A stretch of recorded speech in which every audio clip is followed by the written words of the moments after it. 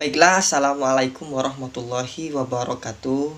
Selamat berjumpa kembali di channel saya, channel yang memberikan seputar inspirasi menarik untuk kalian. Semoga video yang sebelumnya dari Mas Pembi Cahyadi dan juga dari Mbak Nur Halimah bisa bermanfaat kepada kalian yang suka menulis dan suka berpuisi, guys. Untuk segmen kali ini saya sengaja mengajak Mas Panji Sukma untuk menjelaskan bagaimana cara menuntaskan buku novel, bagaimana cara gampang menulis cerpen juga. Dan Mas Panji Sukma ini merupakan salah satu penulis buku di Gramedia. Buku terbarunya berjudul Sang Keris. Dan Mas Panji Sukma ini juga salah satu pemenang sayembara novel yang diadakan oleh DKJ, Dewan Kesenian Jakarta. Dan bagaimana bisa kalian simak dan tonton video ini sampai habis terkait teknis dan teori cara menulis cerpen yang baik itu seperti apa. Dan Mas Panji Sukma ini juga salah seorang seniman yang aktif di permusikan, guys. Dan tak luput juga beliau aktif di kesusastraan Indonesia. Beliau aktif menulis di berbagai media dan tulisannya tersiar di media-media, guys. Dan untuk selanjutnya bisa disimak penjelasan dari Mas Panji Sukma ini dan jangan di skip video ini. Untuk Mas Panji Sukma dipersilakan untuk menjelaskan bagaimana cara menulis cerpen dan menuntaskan novel yang baik. Dipersilakan sesuai dengan pengalaman Mas Panji. Disilakan, Mas. Assalamualaikum warahmatullahi wabarakatuh. Salam kebajikan. Perkenalkan, nama saya Panji Sukma dari Sukoharjo. Kebetulan saya menulis beberapa novel dan cerpen. Di kesempatan kali ini saya diminta Mas Saiful Bahri untuk menyampaikan pengalaman saya dalam berkarya, khususnya menulis cerpen, dan mungkin akan sedikit menyampaikan kiat-kiat atau hal-hal yang saya temui ketika dari awal saya mulai belajar sampai saat ini walaupun masih belajar. Dan hal yang akan saya sampaikan tentu saja sesuai versi saya, karena mungkin teman-teman yang lain berbeda cara dalam berkarya, begitu ya. Mungkin yang pertama akan saya sampaikan yang paling penting sebelum membuat karya, yaitu menyadari apa kelebihan dan kekurangan kita. Hal itu akan sangat penting karena kendala atau kelancaran dalam berkarya akan berhubungan dengan itu. Dan bahkan untuk mencapai sesuatu yang sesuai target menurutku akan sangat ditentukan dengan itu. Misal contoh, saya merasa kelebihan saya ada di pendengaran. Saya lebih mudah menangkap materi, ya entah itu dari cerita, entah itu dari podcast, entah itu dari YouTube, bahkan dari suara, ketimbang membaca. Bahkan ketika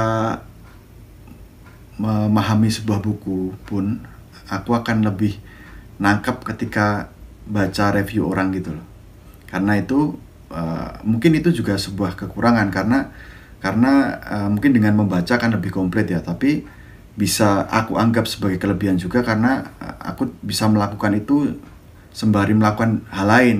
Misal aku bisa di mobil sambil dengerin materi kuliah, bahkan pembacaan cerpen pun aku sangat suka dengar cerpen yang dibacakan oleh orang, kayak semacam kalau baca kan kita harus fokus ya, nggak bisa melakukan hal lain gitulah, harus bacanya fokus. Tapi kalau mendengarkan kita bisa, istilah Jawanya, nyambi gitu, dan tidak menyita banyak waktu karena kita bisa melakukan beberapa hal sekaligus.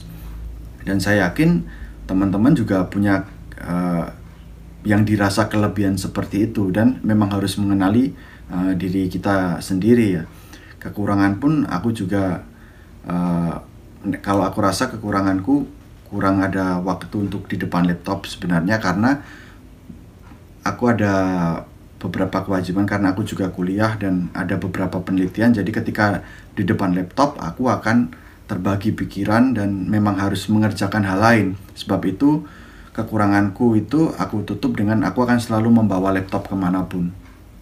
Jadi kalau ada alasan tidak ada waktu menulis, ya tergantung kita gitu loh. Kenapa aku membawa laptop kemana-mana? Karena ketika aku membawa laptop, aku tidak akan membuang waktu yang sebenarnya secara umum dilakukan orang. Misal gini, ketika aku harus antri obat di apotek misal seperti itu, aku akan buka laptop. Karena ketika aku nggak buka laptop, mungkin aku cuma akan main sosial media atau entah apa. Jadi ada yang aku lakukan lah dengan laptopku itu. Itu caraku untuk mengatasi kekurangan dan memanfaatkan kelebihan. Yang selanjutnya, aku punya pemahaman bahwa membaca dan menulis itu sesuatu yang beda. Walaupun beriringan, mungkin akan sering kita dengar modal utama penulis itu membaca. Tentu itu sangat benar ya. Tapi ya tetap saja bagi saya berbeda. Karena begini, misal kita membaca buku-buku yang bagus dan muncul ide dari situ atau gagasan dari situ untuk kita membuat karya, tetap saja ide kita itu tidak akan sampai seperti keinginan kita ke pembaca kalau teks-teksnya pun dihadirkan dengan tidak baik. Misal logika kalimat yang salah, teknis penulisan yang kurang tepat, dan teknis penulisan itu kan mutlak juga ya. Dan tentu saja untuk mencapai tulisan yang bagus itu ya semua aspek itu harus terpenuhi, dan aku sendiri memilih untuk belajar pada guru atau berguru daripada belajar sendiri. Walaupun ada juga teman yang tulisannya keren, dia bilang belajar dari dia kirim tulisan dia ke media, dan setelah dimuat dia bandingkan tulisan yang dimuat itu dengan naskahnya. Karena udah ada campur tangan editor di media, dia bandingkan mana yang salah. Jadi dia belajar dari situ.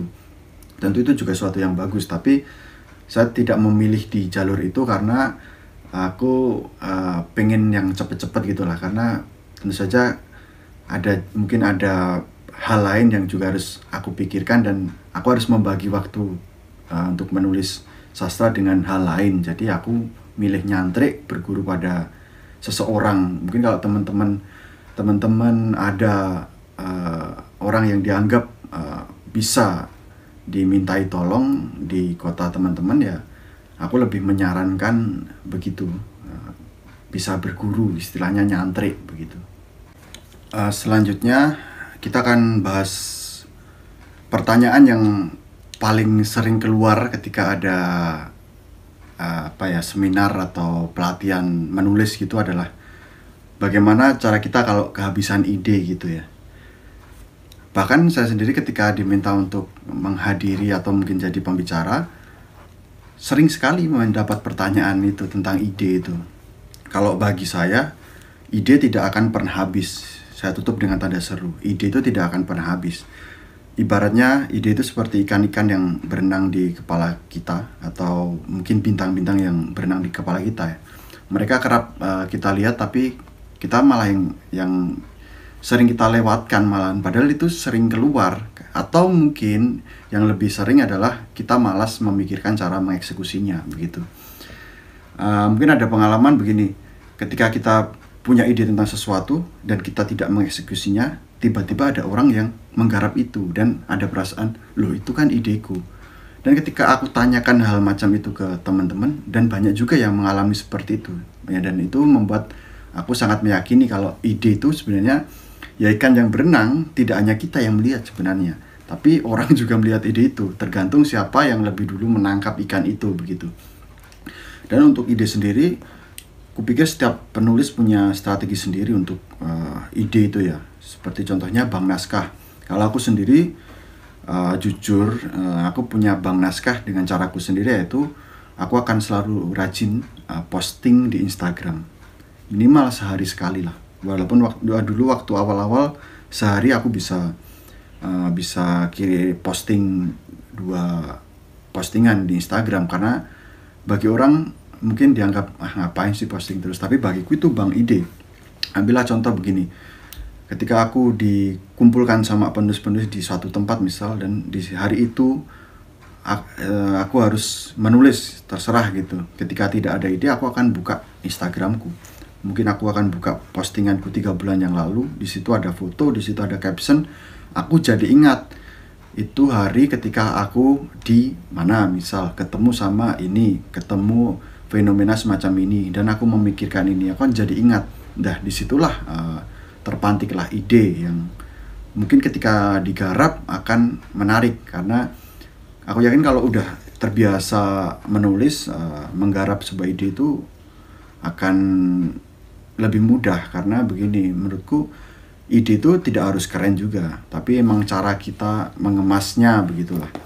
Jadi ya, aku pikir setiap penulis juga punya bank naskah, entah itu di catatan HP atau mungkin di catatan kertas juga. Termasuk aku juga pakai catatan di HP. Ketika aku di jalan naik motor dapat ide, aku akan berhenti. Aku tidak akan menunggu sampai rumah, karena ketika sampai rumah biasanya aku akan lupa. Aku catat di HP. Ketika sampai rumah aku buka laptop, mungkin aku lebih detailkan sedikit tentang ide itu, dan mungkin next tinggal aku menggarap untuk menjadi sebuah cerita, cerpen, atau menjadi bagian dari novel gitu. Salah satu hal yang tidak kalah penting sebelum memulai membuat cerita, atau awal yang harus dipikirkan begitu menurut saya, adalah menentukan sudut pandang penceritaan begitu. Pemilihan sudut pandang yang tepat akan membantu kita dalam bercerita sesuai kebutuhan. Dalam konteks ini aku akan membahas cerpen. Kalau cerpen biasanya untuk menyampaikan rasa di teks yang mungkin terbatas 9.000 kata kan, mungkin 6.000 sampai 12.000 kata gitulah katakanlah. Untuk menyampaikan rasa, aku akan lebih memilih untuk memakai sudut pandang pertama. Misal tokoh utamanya cewek, naratornya cewek, sudut pandang pertama, aku akan lebih menyampaikan rasa sebagai perempuan gitulah. Cowok pun juga seperti itu. Kalau aku ingin membuat permainan yang nge-twistnya yang mungkin main tipuan, mungkin main ending-ending yang mengambang begitu, aku akan menggunakan sudut pandang ketiga, naratornya. Dan untuk menarik perhatian, kalau untuk menarik perhatian aku biasanya akan khususnya untuk lomba. Kalau aku sendiri untuk lomba, aku akan menggunakan sudut pandang kedua, karena sudut pandang kedua sendiri akan membuat juri istilahnya akan lebih berpikir, dan kupikir akan persentase berbeda dari peserta lain akan lebih besar, karena mungkin secara umum biasanya peserta akan menggunakan sudut pandang pertama ataupun sudut pandang ketiga begitu. Selanjutnya aku akan berbagi pengalamanku ketika ikut lomba cerpen. Aku biasanya akan menggunakan strategi gertakan di awal kalimat, bahkan dalam mungkin bisa dalam paragraf pertama begitu.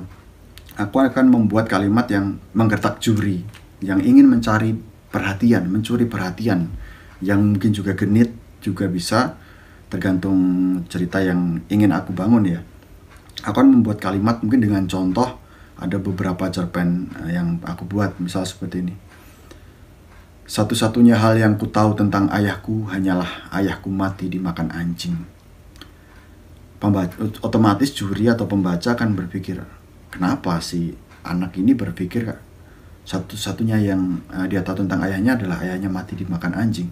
Dengan begitu aku akan berkeinginan juri itu meneruskan membaca, karena ada kalimat gertakan di awal gitu.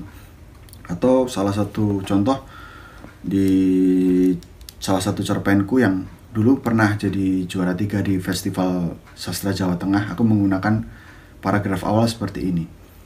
Tak banyak yang berubah dari tempat ini, masih seperti 5 tahun yang lalu, saat ayahmu datang dan menyebutku anjing, sembari menarikmu dan memaksamu pulang.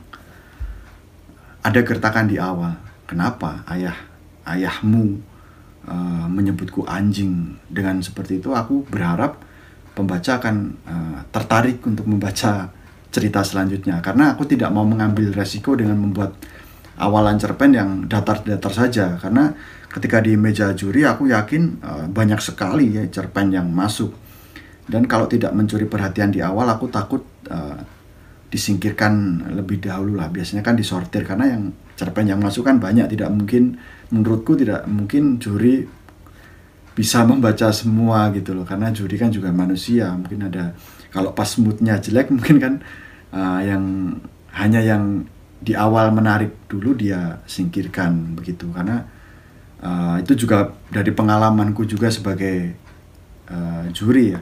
Dan salah satunya seperti yang saya sebutkan di atas, teks yang salah secara teknis juga akan disingkirkan, makanya akan selalu berhubungan yang akan saya sampaikan ini.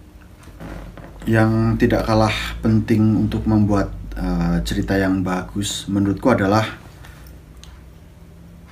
percakapan yang kuat begitu. Aku berprinsip seperti ini.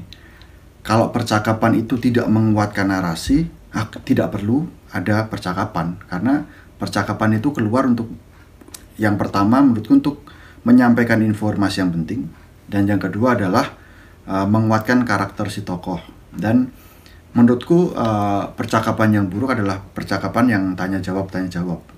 Seperti contoh, kamu sudah makan? Belum. Kalau kamu? Belum. Bagaimana kalau kita makan? Boleh. Di mana? Di kantin. Nah, seperti itu, kayak mungkin emang di dunia nyata realitanya memang ada seperti itu, tapi di penulisan cerpen, di novel, aku akan sangat menghindari. Malah percakapan yang patah-patah dan tidak menjawab itu akan menghidupkan cerita. Misal, kamu sudah makan? Dijawab, aku bosan dengan pertanyaan itu. Semacam itu, tidak perlu menjawab. Yang penting ada percakapan yang menguatkan karakter si tokoh.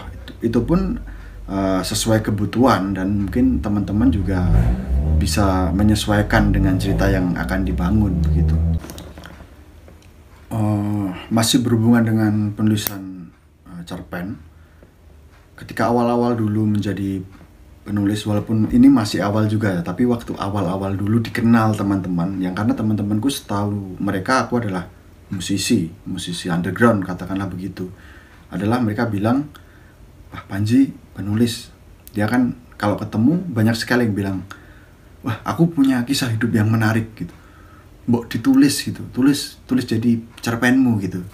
Karena aku memaklumi itu, karena setelah aku pahami secara tenang gitu, ada kesimpulan semua orang itu merasa kisah hidupnya sangat menarik untuk dijadikan cerita gitu. Dan menurutku itu bisa untuk menjadi ide atau menimbulkan gagasan, tapi tidak bisa kalau harus ditulis persis seperti kenyataan gitu, karena tetap saja kalau cerpen itu fiksi, jadi aspek-aspek yang ada di dalam fiksi itu harus dimainkan.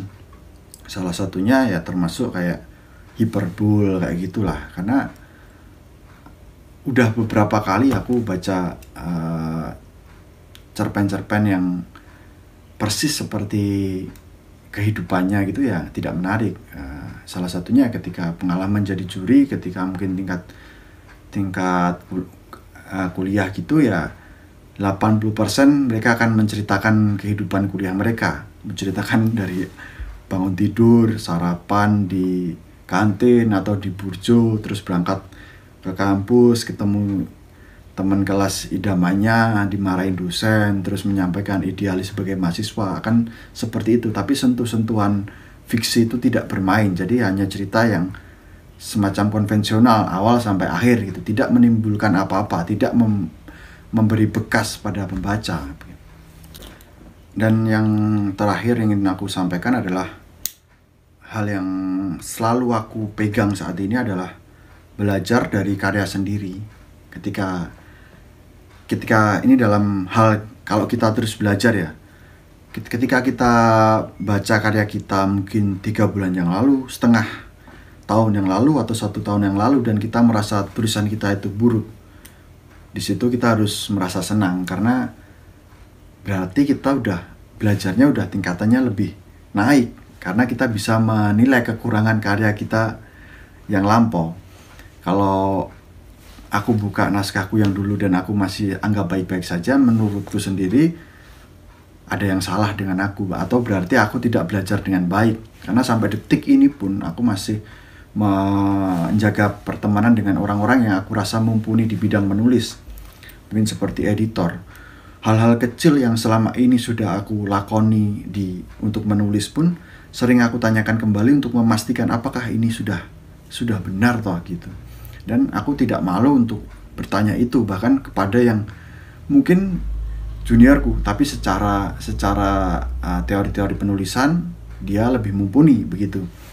Jadi ya belajar dari karya sendiri ya akan sangat aku pegang gitulah. Aku tidak akan melupakan itu, karena kalau sudah puas dengan karya kita dan kita tidak punya lagi keresahan di teks-teks kita, wah aku malah merasa itu akan sesuatu yang berbahaya gitu, karena berarti belajarku tidak tambah mumpuni begitu. Ya mungkin seperti itu saya gambarkan pengalaman aku menulis dan hal-hal yang aku temui. Mungkin tidak bisa merangkum semua karena aku hanya menyampaikan poin-poin yang aku rasa penting untuk di-share pada teman-teman. Dan aku yakin banyak penulis yang lebih mumpuni dari aku yang bisa dijadikan tempat belajar begitu. Assalamualaikum warahmatullahi wabarakatuh. Salam kebajikan. Baiklah, terima kasih, dan mungkin itu saja dulu. Semoga apa yang sudah dijelaskan oleh Mas Panji Sukma tadi bisa bermanfaat kepada orang lain, dan juga ini tentunya sebetulnya saya meminta Mas Panji Sukma ini sebetulnya untuk pembelajaran bagi diri sendiri, akan tetapi barangkali ini juga bisa bermanfaat kepada kalian yang aktif di bidang dunia literasi. Oke, sampai di sini dulu perjumpaan gua kali ini, dan sampai jumpa di lain kesempatan. See you next week. Assalamualaikum warahmatullahi wabarakatuh.